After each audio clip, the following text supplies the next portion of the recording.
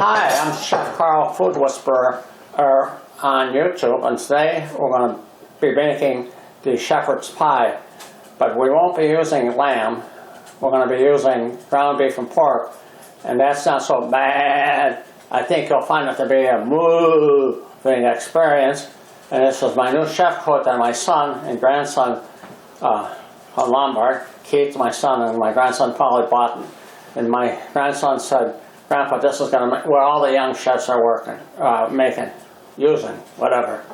So we'll be right back. Chef Carl, Food Whisperer, taking the mystery out of cooking.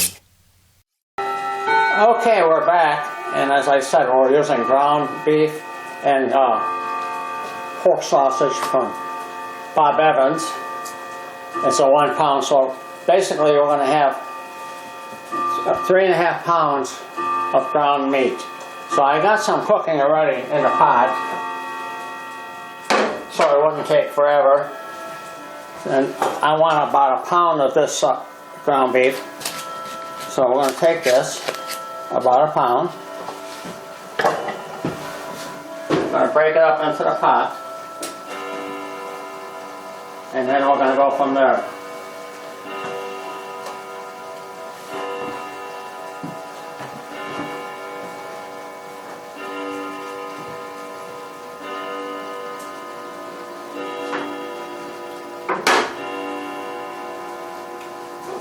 So I'm going to give it a stir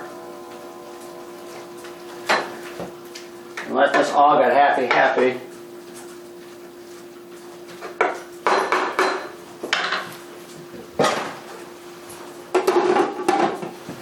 I'm going to put the lid back on, let it simmer for about 5 minutes, and I'll stir it a couple times. And the rest of the ground beef I'm going to put on the side for hamburger or meatloaf or something. It's not an exact science, so if you have 2.5 pounds of ground beef or 2 pounds, like a third, it'll work out. I'll put this on the side. So what we're going to do now is put in our spices and our other ingredients. And what we have, we're going to put our dry spices in first. We have 1 tablespoon of chili powder, 1 tablespoon of Italian spice, a teaspoon of fennel or poultry seasoning, and that's got thyme and rosemary in it, and a teaspoon of whole fennel. Now the trick is you can put these all in a bag a day, a week ahead of time. So we're going to dump all this together.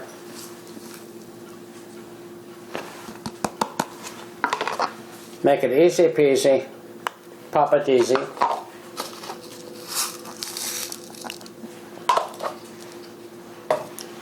And kind of stir it up a little bit. I'm going to put it in my pot now. Whew. Hot.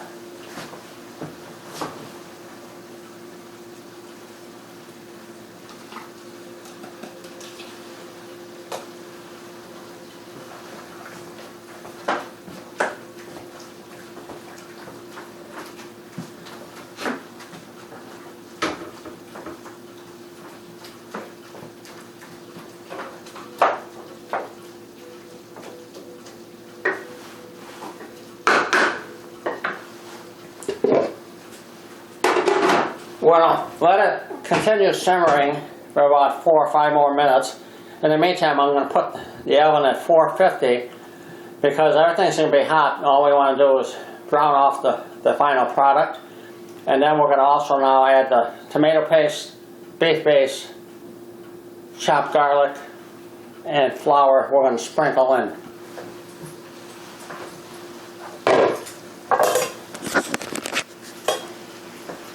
Alright, now we're going to keep mixing. I'm going to add the chopped garlic, 1 tablespoon, rounded tablespoon.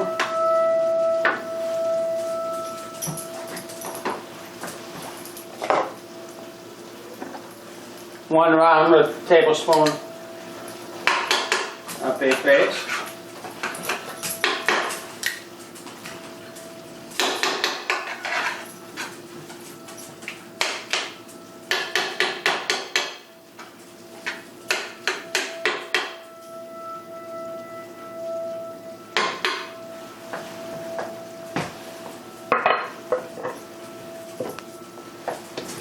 1 rounded tablespoon of tomato paste.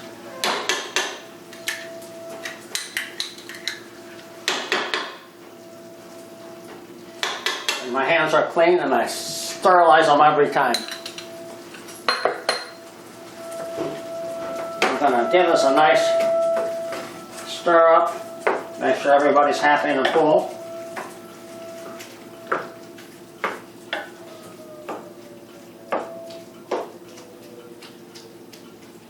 Make sure that beef base is dissolved. Make sure the tomato paste is dissolved.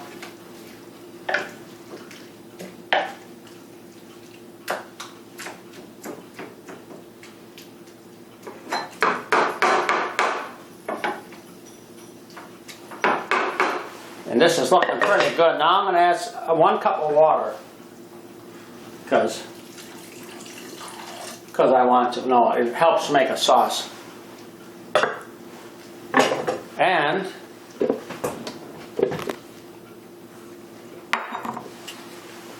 I'm going to sprinkle in about 1/2 cup of flour. You want to sprinkle it in and stir so it tightens it up, but if you just dump it in, you're going to get lumps.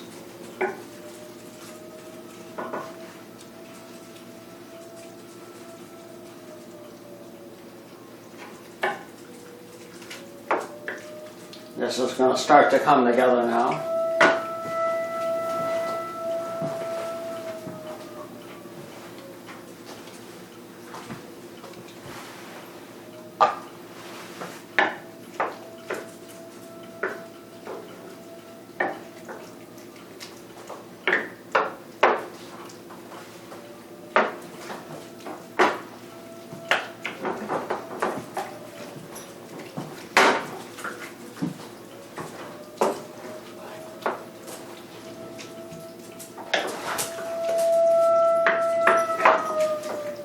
We're not under attack. This is a testing of the siren, so you know.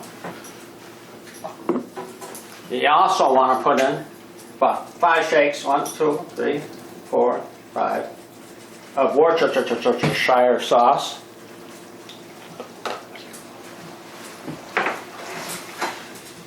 And now we're going to add 2 cups of frozen peas and carrots, diced carrots I bought at the store and thawed, and 1 cup of baby corn.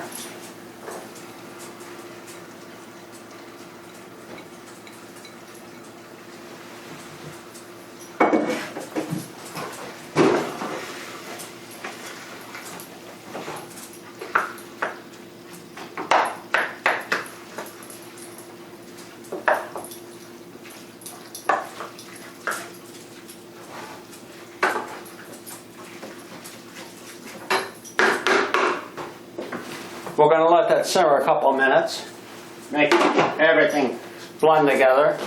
Well, the meat's been simmering for a couple of minutes with the carrots and the corn and the peas, so we're going to shut it off for now. Just let it stay hot. The next thing we're going to do is we're going to take 1 container of Bob Evans loaded mashed potatoes.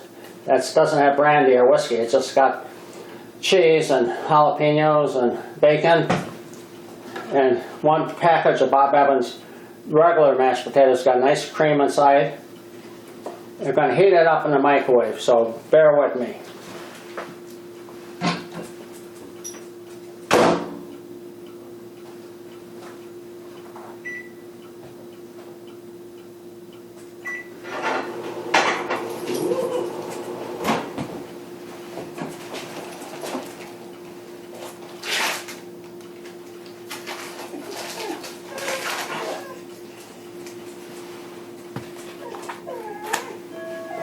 So now that we got the meat simmered with the vegetables and all the spices and the good stuff, I got the Bob Evans mashed potato mix I bought at the store. It's pre-made.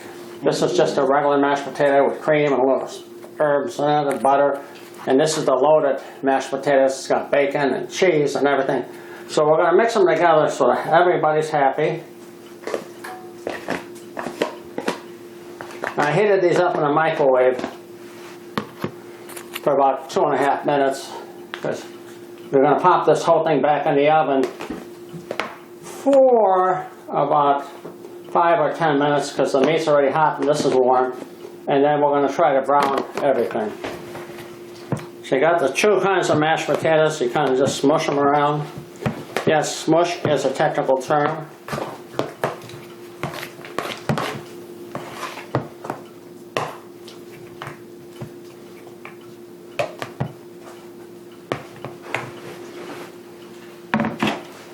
So here we got our meat and vegetable mixture that's all been seasoned, something that's nice and hot. You can see it. I'm going to put it in the pan. It smells great.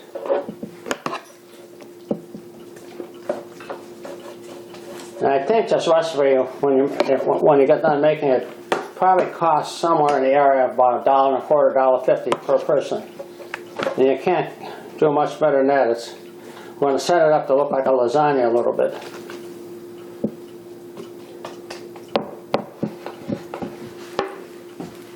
A little bit more.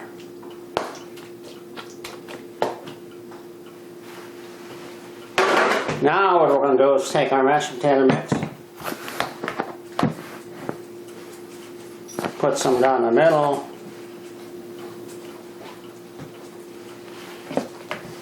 You can also do this with a pastry bag if you want.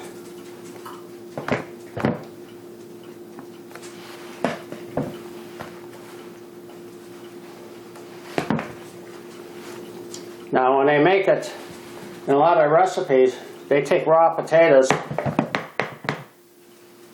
boil them, peel them, put them through a ricer, and add an egg to it, season them, add cheese to it. You know what? This is a lot easier, folks.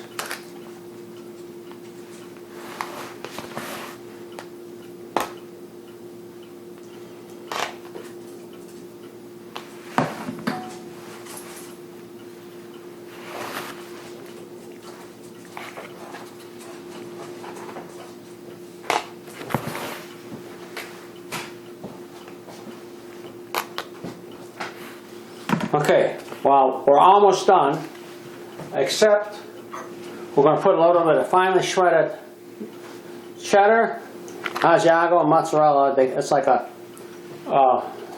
Mexican taco mix. You can buy it in the store pre-made. I don't want to overdo it because,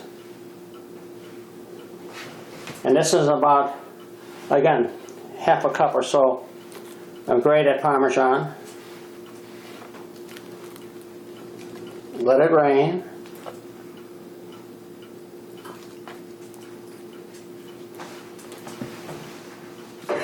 And now we're going to put this in the 450-degree oven and for about 5 minutes. Then we're going to put the broiler on and it should be done. Okay.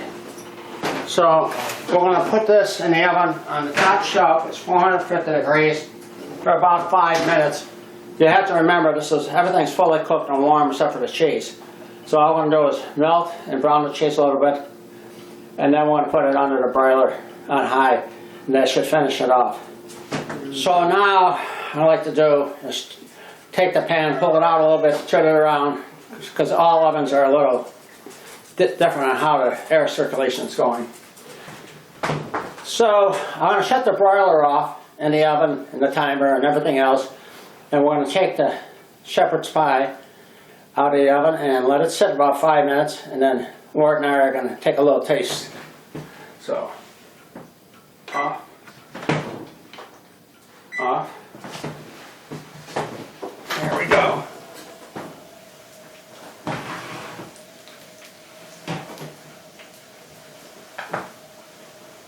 I don't know if you can see it sizzling.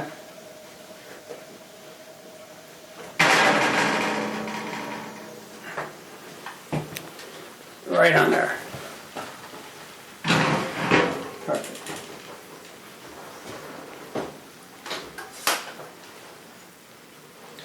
So now, folks, we're going to let this sit. And you can cut this up like a lasagna, like 3 by 4, or you can scoop it out with a spoon. but you want to let it kind of sit there, firm up a little bit. Like me, I have to firm up a little bit. While I'm waiting with that, I want to thank everybody that's out there working during this coronavirus and ask that everybody gets their shots. And let's keep our fingers crossed. And I want to thank the military for past, present, and future for protecting our country. And I'd like to thank Ward for putting up with me during the videotaping. And last but not least, please look at my videos. There's 58 of them out there on YouTube. Chef Carl Food Whisperer. So here's the shepherd's pie. We let it rest about 5 or 6 minutes. Now I'm going to cut a couple pieces of it up, and Ward and my wife and myself are going to try it. So,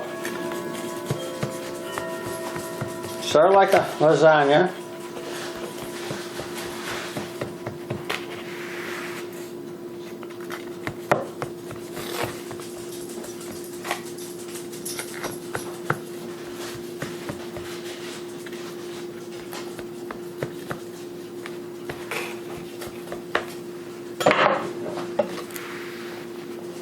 First slice is always the hardest to get out.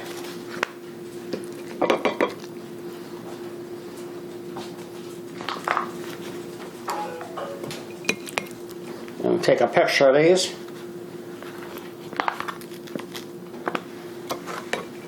Okay, this is Chef Carl saying goodbye. See you next time. We might be making chili, might be making short ribs, I don't know. But leave a comment, tell us what you want to see. Ward and I and my wife, we're getting hungry. Bye.